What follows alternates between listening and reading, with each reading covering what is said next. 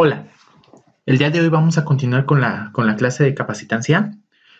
Eh, este tema es una continuación de los conceptos que ya hemos visto anteriormente, como son campo eléctrico y diferencia de potencial.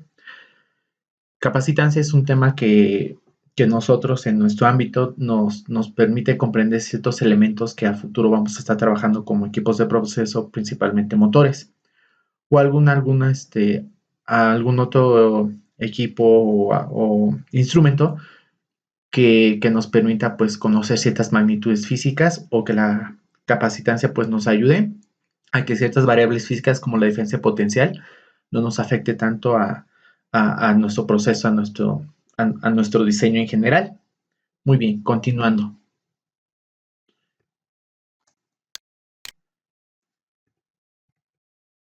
Perdón. Capacitancia físicamente se define como la relación de la magnitud de la carga en cualquiera de los conductores a la magnitud de la diferencia de potencial entre dichos conductores. Es decir, nosotros podemos ver la capacitancia como un cociente, como ustedes se dan cuenta, como la magnitud de la carga eléctrica que nosotros tengamos en nuestro medio conductor dividido entre la diferencia potencial. Y matemáticamente, pues nosotros lo podemos ver de la siguiente manera. La carga eléctrica, como ustedes saben, se divide se cuantifica en coulombs. La diferencia potencial se mide en volts. Y pues bueno, la capacitancia es la relación Coulomb entre volt o llamado faradio como unidad de medida para la capacitancia. El faradio, pues bueno, es una unidad que se nombra así en honor a Michael Faraday, que como ustedes sabrán, fue un físico y un químico británico que contribuyó mucho al campo de la electricidad. Él fue el que descubrió el benceno y pues bueno, sus teorías han sido muy importantes hacia el campo de la electroquímica. Si nosotros vemos de un modo más simple este tema, nosotros podemos decir que la capacitancia es la carga almacenada por unidad de potencial en un capacitor o en un condensador. Nosotros vamos a platicar en esos momentos qué es este equipo. Se deduce de la siguiente manera matemáticamente hablando.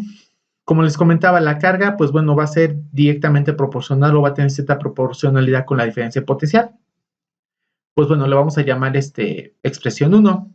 Si nosotros transformamos esta constante proporcionalidad y matemáticamente la llevamos a cabo por medio, bueno, la convertimos en una igualdad, pues bueno, tenemos que colocar una constante que a conveniencia le vamos a llamar C, y pues bueno, vamos a obtener esta ecuación que pues nosotros tenemos como definición de capacitancia. La pregunta que yo les hago, ¿qué es un capacitor? Bueno, chicos, un capacitor en sentido práctico es aquel instrumento en el cual me permite almacenar energía por medio de un campo eléctrico generado por placas paralelas o por algún tipo de material conductor y material dieléctrico.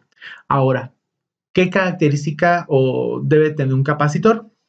Los capacitores comerciales, según la electrónica, pues bueno, pueden ser de materiales variables, ya sea de papel o algunos ya más elaborados como de placa o de disco que se le denomina condensador condensador sincrotrónico. Pero bueno, ya nos permite con ello ese tipo de condensadores nos ayuda a almacenar grandes cantidades de energía eléctrica o de carga. Sin embargo, nuestros capacitores que nosotros conocemos comúnmente tienen esa estructura, tienen esa forma.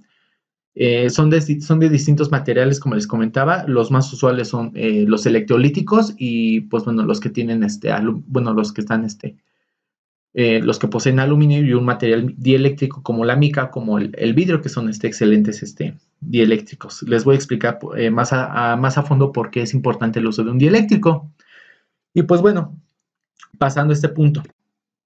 La simbología que nosotros vamos a utilizar en circuitos eléctricos para capacitancia es la siguiente. Cuando nosotros trabajamos con capacitores o también llamado condensador, pues bueno, la simbología va a ser esta. Van a ser dos líneas ortogonales que pues bueno, van a tener una separación entre sí. Y pues bueno, va a ser la simbología más común que yo voy a utilizar más adelante en el cálculo de circuitos con capacitores. Un condensador electrolítico, pues bueno, es aquel en el cual pues pues bueno, nosotros usamos electrolitos, es decir, un medio en el cual nosotros podemos usar cargas eléctricas o las podemos manipular de tal modo que nosotros las podemos utilizar a futuro, pues bueno, bajo ciertas condiciones o reacciones químicas. Las baterías en su estructura interna, pues bueno, tienen esta similitud con los capacitores. Cabe aclarar, no es lo mismo una batería a un condensador, sin embargo, el electrolito que está presente en la batería y el electrolito que está presente en el condensador ayudan a que yo pueda almacenar la mayor cantidad de energía posible para que estos, en general, pues bueno, posteriormente tengan una descarga más eficiente. Los condensadores pueden variar capacitancia, pueden variar energía potencial eléctrica y pues bueno, se le conoce como condensador variable. Generalmente la simbología utilizada es la del condensador y pues bueno, una flecha en diagonal apuntando en dirección al primer cuadrante, indicando que pues bueno, el condensador es variable. Este tipo de condensadores pues bueno, pueden ser pueden tener cierta medida de capacitancia, sin embargo, más adelante, pues bueno, se puede utilizar el rango un poco más amplio del permitido o del que está fabricado el condensador. Ahora, los condensadores ajustables, la simbología va a ser la misma que la del condensador, sin embargo, quitamos la punta de flecha. Estos condensadores ajustables en la práctica se ven mucho en las subestaciones eléctricas o en aquellas instalaciones donde requerimos grandes cantidades de energía. Y pues bueno, ya les había comentado de los capacitores de discos sincrotrónicos. Entonces, este es un tipo de condensador ajustable en el cual yo por medio de placas, aumentando o disminuyendo la cantidad de placas, podamos pues vaya, podemos buscar o podemos aumentar o disminuir la capacitancia a conveniencia del proceso o de la actividad con la que nosotros estemos realizando. Pues bueno, visto un poco la teoría de capacitores, ahora nos vamos a permitir estudiar los tipos de capacitores que nosotros estudiamos. Cabe aclarar que los cálculos de capacitancia no dependen ni de la carga ni de la energía potencial ni la diferencia de potencial suministrada. Aquí el factor más importante que quiero que lo tomen en cuenta a la hora de llevar a cabo un cálculo va a ser la geometría del capacitor a trabajar. La primera geometría que vamos a estudiar es un capacitor de placas planas, donde nosotros podemos observar dos placas paralelas en las cuales nosotros suministramos cargas eléctricas, las cuales van a ser nulas, es decir, van a haber igual número de cargas positivas con igual número de cargas negativas. Estas a su vez están separadas a un cierto espesor o distancia. Y pues bueno, como ustedes saben, las placas generan un campo eléctrico y de acuerdo a la ley de Gauss, el campo eléctrico es en función del área de la placa paralela. Por lo tanto, para el cálculo de un capacitor de placas planas y separadas separadas a un cierto espesor, va a ser directamente proporcional a el área de la placa dividido sobre la distancia de la placa que la separa, todo esto multiplicado por la constante de la permisibilidad del medio. Como ustedes saben, el área es el área de la placa, bueno, la variable es el área de la placa, que está medido en metro cuadrado, D es la distancia entre placas, como ustedes observarán, que bueno, se va a medir en metros, y epsilon 0 es la constante de permisibilidad del vacío, cuyo valor nosotros ya sabemos. Esto es un capacitor de placa plana. Y pues bueno, como ustedes pueden observar, a menor espesor,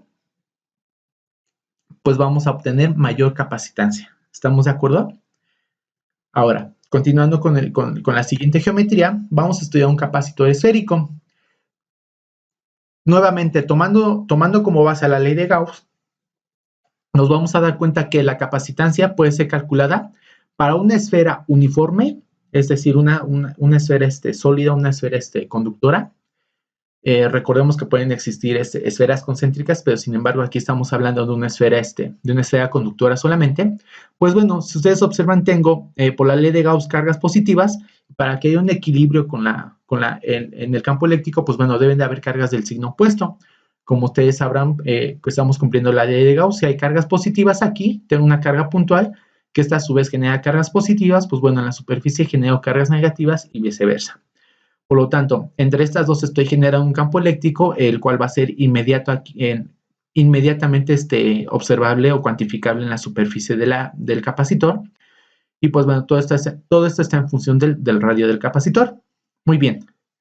Cuando solamente tengo una sola esfera conductora, pues bueno, la capacitancia se puede calcular como el producto de 4pi por la constante de la permisibilidad del vacío por el radio de la esfera.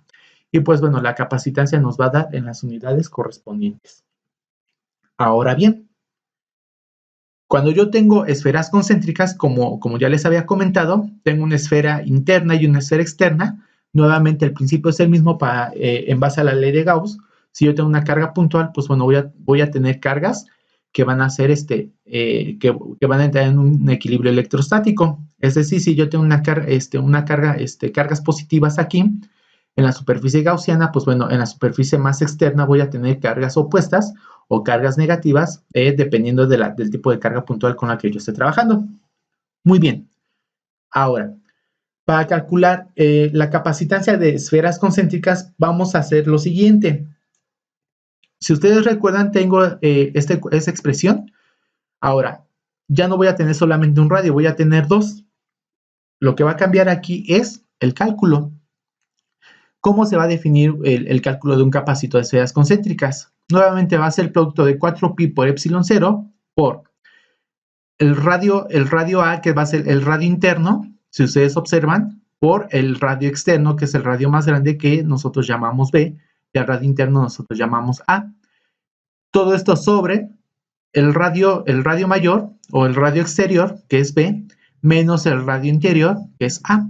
Todo esto medido en metro.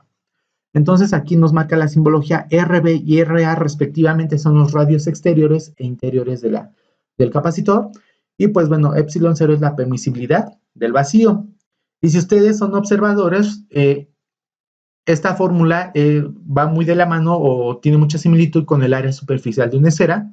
Por lo tanto, la capacitancia, como les comentaba, va en función de la ley de Gauss. Y nosotros hacemos de esta herramienta para poder deducir nuestras expresiones que nosotros utilizamos para el contexto físico del almacenamiento de energía. Cuando yo tengo un capacitor cilíndrico, si nosotros observamos, yo depende de tres variables como tal. Dependo del radio interno, del radio interior, del radio externo o exterior, bueno, como ustedes le gusten llamar, y de la longitud del capacitor. Entonces, aquí podemos observar lo siguiente: a mayor longitud y pues bueno, a menor relación entre radios, pues bueno, la capacitancia va a ser mucho más grande matemáticamente hablando. Por lo tanto, ¿cómo podemos calcular la capacitancia para un cilindro o para dos cilindros coaxiales, que así se le denomina? La capacitancia va a ser directamente proporcional al producto de 2pi por epsilon 0 por la longitud del capacitor cilíndrico entre el logaritmo natural del radio exterior entre el radio interior. Y pues bueno, como ustedes se darán cuenta, también estamos viendo como variable física o nosotros nos permitimos observar como variable física la densidad de carga lineal. Como mi capacitor está en función de la longitud, pues bueno, vamos a tener o vamos a presenciar el cálculo o en algún momento, pues bueno, vamos a tener que a veces usar el cálculo de la capacitancia, bueno, de la densidad de carga lineal, ya que nosotros estamos almacenando cargas eléctricas a lo largo de la superficie cilíndrica. No significa que sea un parámetro obligatorio, sin embargo, pues bueno, nosotros nos damos cuenta que las cargas se van almacenando en toda la longitud o vaya en todo el eje axial de nuestro cilindro y por lo tanto, pues bueno, tenemos presente la densidad de carga. Sin embargo, para el capacitor cilíndrico, los parámetros más importantes van a ser la longitud del capacitor y pues bueno, los radios de los cilindros coaxiales, como les comentaba. Ahora bien, nosotros habíamos comentado que los dieléctricos son materiales importantes, puesto que me permiten eficientar un capacitor. Sin embargo, los casos anteriores nosotros tomamos en cuenta como que están separados por aire y pues bueno, el aire tiene un comportamiento similar al vacío. Aquí la constante dieléctrica, cuando estamos hablando de aire y de vacío, hay que tener, bueno, esto lo podemos ver en las tablas de los libros de física o en tablas de materiales especializados. Podemos observar que en el vacío y en el aire, esto sí hay que tener mucho en cuenta, la constante dieléctrica va a tener valor de 1. Sin embargo, en sentido matemático, ¿qué es la constante dieléctrica? Va a ser la definición de la capacitancia que nosotros calculamos con el dieléctrico entre la capacitancia inicial, es decir, la capacitancia cuando mis materiales están separados por aire o por vacío respectivamente. Cuando yo hago el cociente entre la capacitancia con el dieléctrico y la capacitancia inicial, obtengo lo que llamamos constante dieléctrica, y este es de un sentido adimensional, es decir, sin unidades como tal. Con el dieléctrico presente, chicos, el valor de la diferencia potencial va a disminuir en un factor K, y pues bueno, retirando el dieléctrico, la diferencia potencial regresa a su valor inicial. Es decir, cuando yo suministro diferencia potencial a un capacitor, por ejemplo, de placas paralelas, pues bueno, vamos a suministrar cierta diferencia potencial, un ejemplo, 2 volts. Sin embargo, cuando entre esas placas yo inserto un dieléctrico, la diferencia potencial tiende a ser afectada y va a disminuir su valor. Esto depende del tipo de dieléctrico con el que estamos trabajando. Sin embargo, es importante ya que nos permite almacenar mayor carga eléctrica. Ahora, nosotros cuando retiramos el dieléctrico, pues bueno, la diferencia potencial vuelve a su valor original como tal. Es decir, no estamos desperdiciando, no estamos migrando potencial y por ende energía hacia otro punto del circuito. Y pues bueno, como ustedes observarán, tomo como ejemplo un capacitor de placas planas, como ustedes observarán, y pues bueno, yo conecto esas placas a una fuente de poder, y yo suministro una diferencia potencial inicial de 2 volts. Ahora, ¿qué es lo que van a ver? Yo entre esas dos placas yo inserto un material dieléctrico, y ustedes observarán la diferencia potencial va a disminuir. Sin embargo, el valor de capacitancia va a variar, manteniendo las cargas eléctricas constantes. ¿Qué quiere decir? Que yo me permito almacenar mayor carga, o bueno, la cantidad de carga correspondiente, eficientando la capacitancia. Con estos valores la capacitancia puede aumentar porque yo estoy reteniendo las cargas eléctricas, o yo las estoy haciendo más eficiente al momento de que las esté concentrando en el material dieléctrico, para posteriormente, cuando este material sea retirado, pues bueno, vuelva a la diferencia potencial original. Y si ustedes observan, yo requiero un valor menor de diferencia potencial para poder obtener una capacitancia de un valor considerable. Y pues bueno, para una densidad de carga, llámese sigma, que es una densidad de carga superficial, yo tengo mis placas y pues bueno, estas están separadas por el vacío. Ahora, como ustedes sabrán, en placas planas el campo eléctrico es uniforme, y pues bueno, el campo eléctrico siempre va de la parte positiva a la parte negativa, manteniéndolo uniforme, y por lo tanto la diferencia potencial en cuanto a sus líneas equipotenciales, pues bueno, así lo va a hacer. Sin embargo, cuando nosotros insertamos un dieléctrico, ¿qué es lo que va a pasar? Yo estoy induciendo en una placa, en un lado de la placa, que en la pared del dieléctrico, pues bueno, esté generando cargas que se le denominan inducidas. Por lo tanto, las cargas inducidas en la superficie de este dieléctrico, pues bueno, van a reducir el campo eléctrico entre las placas, manteniendo el mismo valor de carga eléctrica que nosotros queremos acumular, y pues bueno, por ende disminuyendo la diferencia de potencial. Espero que se entienda esto. Nuevamente, cuando yo inserto el dieléctrico, pues bueno, induzco cargas, si aquí están positivas, por la ley de Gauss, induzco cargas negativas, y pues bueno, voy a disminuir el valor del campo eléctrico con la ayuda de este material. Ahora, vamos a ver las ventajas del uso de dieléctricos. Al parecer, pues bueno, nosotros podemos entender que un dieléctrico me podría perjudicar en el uso de un capacitor. Sin embargo, pues bueno, tiene muchas ventajas, más en la parte práctica, que me permito mencionar a continuación.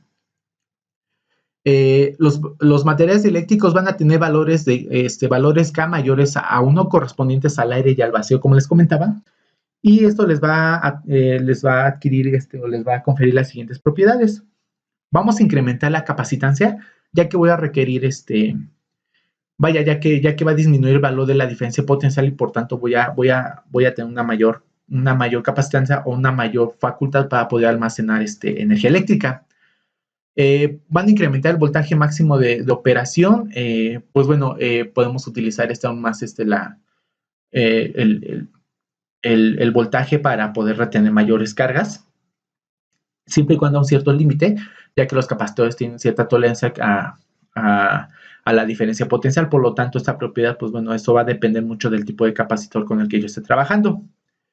Además, la propiedad más importante con el uso de dieléctricos es proporcionar un soporte mecánico entre las placas, lo que permite que estén cercas una de otra sin tocarse. En un capacitor, las placas conductoras jamás se deben de tocar, ya que se pierde la propiedad, y lo que me ayuda el dieléctrico es darle un soporte estructural mecánico para que estas no se toquen, pero estén cumpliendo la función de capacitor. Y pues bueno, así podemos reducir considerablemente la distancia entre placas y por ende, pues bueno, aumentar la capacitancia. Esa es la ventaja más importante en el uso de dieléctricos.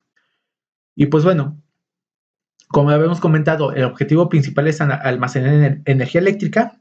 Y pues bueno, las ecuaciones para calcular la energía almacenada en un capacitor son las siguientes. En base al potencial eléctrico, podemos calcular la energía almacenada en un capacitor como un medio de la carga acumulada al cuadrado sobre el valor de la capacitancia, o un medio del producto de la carga por la diferencia de potencial, o un medio del valor de la capacitancia por la diferencia de potencial elevada al cuadrado. Y la energía, U es la energía potencial almacenada del capacitor, que podemos utilizar posteriormente en un circuito o en un equipo, y pues bueno, esta se va a cuantificar en joules. Ahora, en el ámbito químico y de transformación, ¿cuál es el uso más importante de los capacitores? Punto número 1.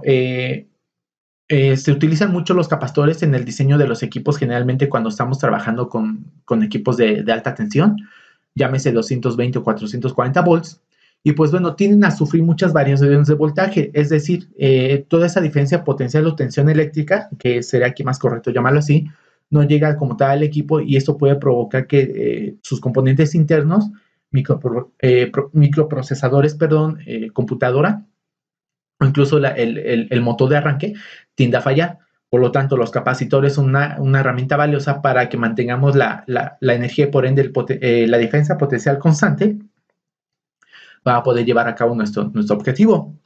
Ahora, también es muy bien sabido que en la vida cotidiana muchos aparatos que nosotros utilizamos, pues bueno, tengan un capacitor para poder utilizar energía de forma inmediata para posteriormente ser descargada. El ejemplo más práctico, pues bueno, es el flash que nosotros utilizamos en nuestras cámaras, en nuestros smartphones. Esos son algunas de las aplicaciones más importantes de los capacitores. Y pues bueno, en los ejercicios vamos a ver una aplicación que les quisiera explicar con más detalle, con un capacitor, pues bueno, variable. Pero bueno, por mi parte sería todo en cuanto a la teoría. Pues bueno, si tienen algún comentario, alguna duda, por favor háganmelo saber, y pues bueno, estamos en contacto, chicos. Les agradezco nuevamente su tiempo y pues bueno, la molestia en ver este tipo de videos. Pues bueno, sabemos la circunstancia por la cual estamos haciendo esto. Sin embargo, espero que el material se haga entendible. De todos modos, queda a sus órdenes.